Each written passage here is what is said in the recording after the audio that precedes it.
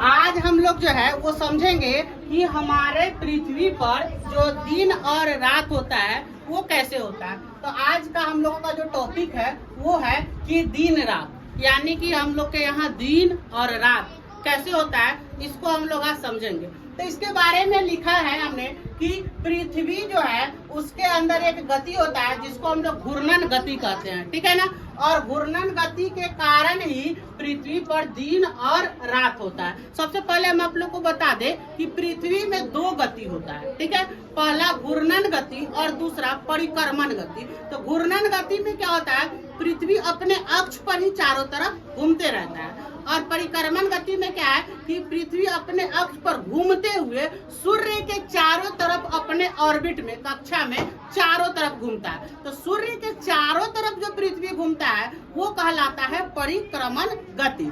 और अपने अक्ष पर जो वो घूमता है लट्टू की तरह, तो वो कहलाता है घूर्णन गति। तो इसी घूर्णन गति के कारण जो है वो दिन और रात होता है। जैसे कि मान लीजिए ये पृथ्वी का एक छोटा सा मॉडल है जिसको हम लोग क्या कहते हैं, ग्लोब कहते हैं। ये ग्लोब जो है वो पृथ्वी का एक सैंपल है, आकार है जो छोटा रूप में दिखाया गया है। इस पर कहाँ महासागर है, कौन सा देश है, पठार है, जंगल है, जो भी पृथ्वी पर है उसको इस पे क्या किया गया हुआ है, दर्शाया गया हुआ है।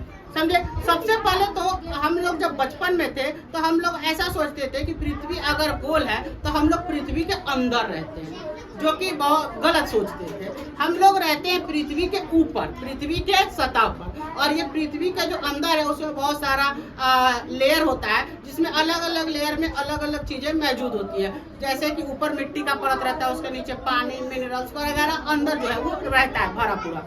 तो हम लोग रहते हैं पृथ्वी पर। तो देखो इस तरह से जो पृथ्वी घूमता है, इसी गति को, इस तरह से जो घूम रहा है, इस गति को हम लोग कहते हैं घूर्णन गति। क्या कहते हैं, घूर्णन गति। इस तरह से जो नच रहा है ये गति कहलाता है घूर्णन गति। और इसी गति और जो परिक्रमण गति होता है, मान लीजिए कि यहाँ पे सूर्य है तो ये सूर्य के चारों तरफ जो है इस तरीके से घूमेगा। तो सूर्य के चारों तरफ जो इस तरीके से ये घूमेगा ये कहलाएगा परिक्रमण गति। तो देखो टाइम ड्यूरेशन क्या होता है कि पृथ्वी को घूर्णन गति में एक चक्कर, पूरा चक्कर लगाने में 24 घंटा का समय लगता है। कितने दिन का, कितने देर का, 24 घंटे का। जो दिन और रात मिला के 24 घंटा होता है। और परिक्रमण गति में यहाँ पे सूर्य है तो सूर्य के चारों तरफ घूम कर फिर अपने जगह पे आने में इसको लगभग 365 दिन और 6 घंटे का समय लगता है।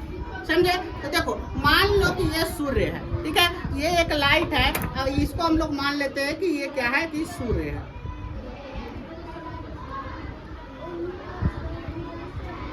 क्या है, एक तरह से मान लेते हैं ये सूर्य है। और सूर्य क्या करता है, लाइट जो है वो देता है, ठीक है ना। तो जैसे कि यहाँ पे देखिए कि ये एक जो है, एक बच्चा इधर आ जाइए, आइए इसको, और इसको ऐसे पकड़िए। देखिए अब क्या है कि अगर ये सूर्य है और पृथ्वी का जो है ये वाला भाग जो है ये कहाँ है, सूर्य के सामने है।